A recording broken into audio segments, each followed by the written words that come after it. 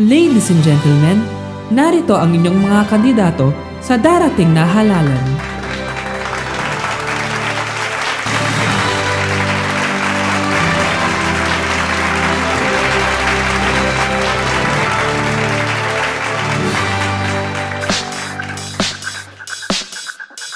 Ito ay mga lifeless but power-hungry political veterans na tumanda na sa pwesto pero walang solidong naitulong o naiambag sa ikauunlad ng bansa. They lead a pretty much automated political life. Run, get elected, sit still, do nothing, stay rich, repeat. Presenting the zombie.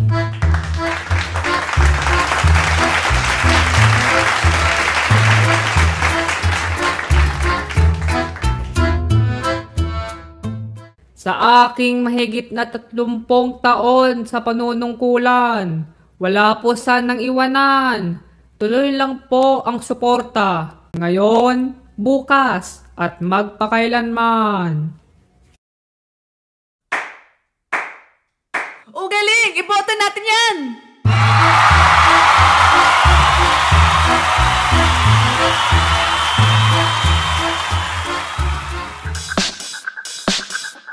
Sila ang mga kandidatong nangangakong ibibigay ang mga bituin sa langit, ngunit matapos manalo ay naglahong parang bula kasama ng kanilang mga pinangako. While in office, they and their promises become invisible. But come the next election, they will resurface and eagerly shake hands with you like old friends and will promise the good life over and over and over again.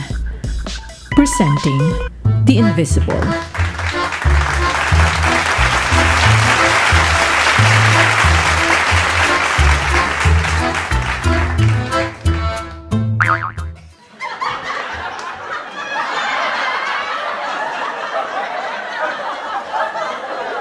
Pag ako ang nailuklok sa pwesto, gagawin ko pong madali at magaan ang buhay ko, Estenyo. Huwag niyo po sanang kalimutan ang tunay na tutulong sa inyo. Together, we will reach for the stars! Promise yan! O galing! Iboto natin yan!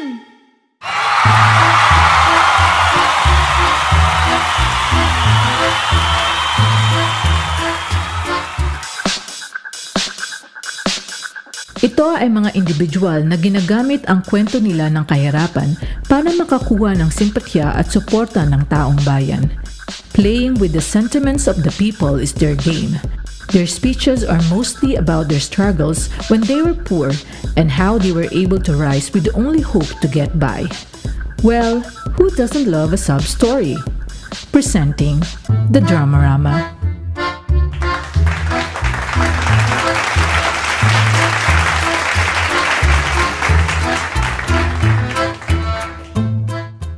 Ako po ay laki sa hirap.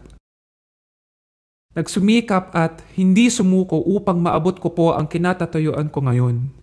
Naranasan ko po ang gutom, naranasan kong maging kayo. Ang puso ko ay para sa mga mahihirap.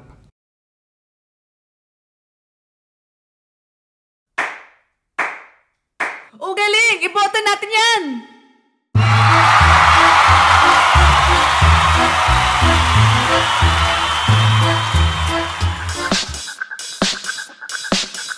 Ang mga nilalang na ito ay tumatakbo lamang upang magpayaman at gawing negosyo ang serbisyo publiko. Nagkukunwari silang may malasakit sa bayan pero panggugulang at pang-aapi lamang ang kanilang interest. They want to be elected for this one goal and one goal only, to suck the life out of you. Presenting the Bloodsucker.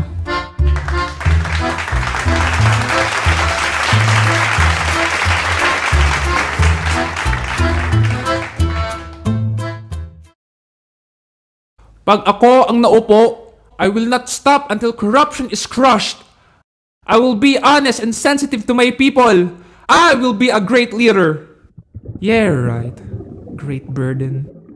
Galit ako sa mga nangungurakot! O galing! Iboto natin yan!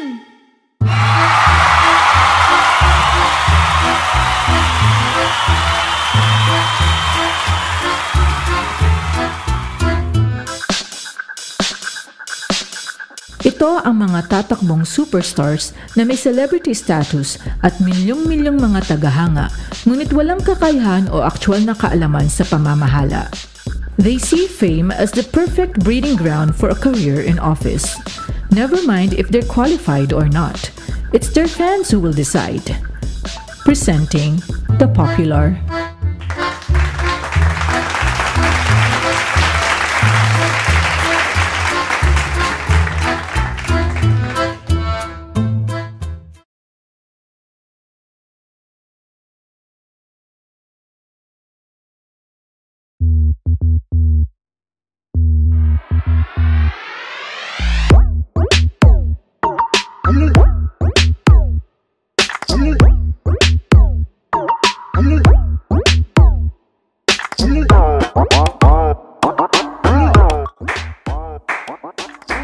Galing! Iboto natin yan!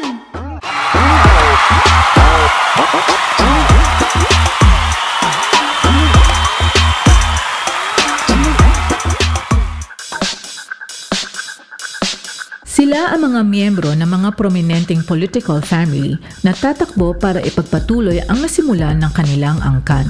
Some of them will make a difference at may tunay na malasakit. Ang iba naman ay para lamang punan ang political dominance ng kanilang pamilya. Whether it's for the continuity of the good or the bad, the cycle of hereditary succession in politics goes on. Presenting the successor.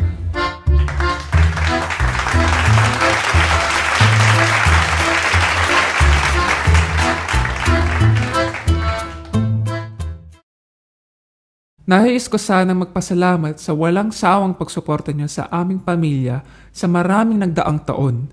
Hindi po namin kayo iiwan. Patuloy ang aming serbisyo. We're here to stay. Galing! Iboto natin yan!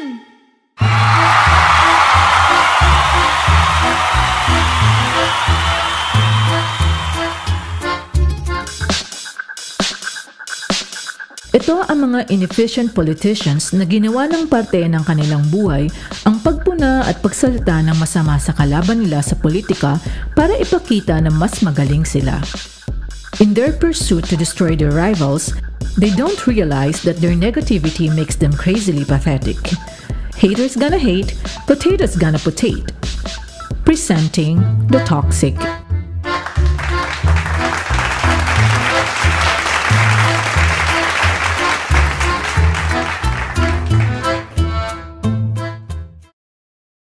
Yung ginawa nilang pagpapaunlad ng ating ekonomiya, pagtatanggol sa ating bansa at pagpapabuti ng kabuhayan, Maling-mali po ito. Bakit kamo? Alam mo? kasi kung ako ang namunan ng mga yan, those would have been handled in a much better way.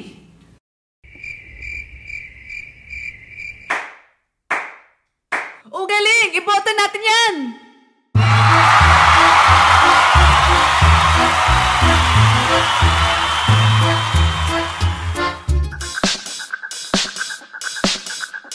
Sila ang mga huwad na sugo na nagkukunwari na makakalutas ng lahat ng suliranin ng bansa.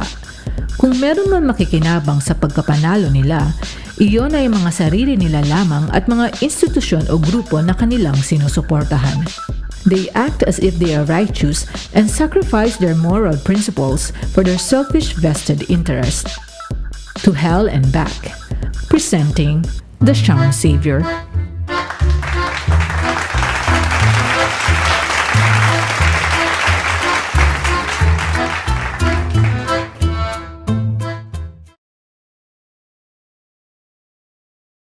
Isa lang po ang inambisyon ko sa buhay.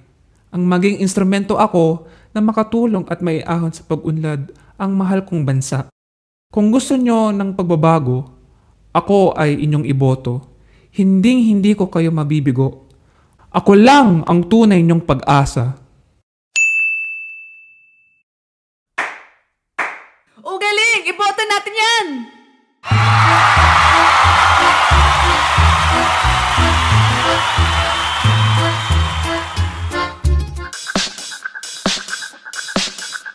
Ito ay mga effective leaders na may wisdom, experience, and humility na magsilbi sa bayan.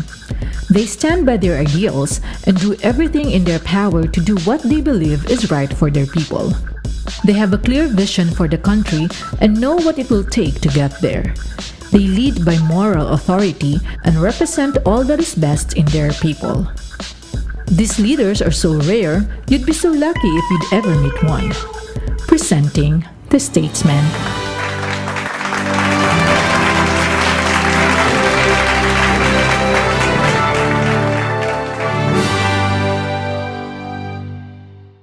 Enough with the rhetoric. Let's work and get things done.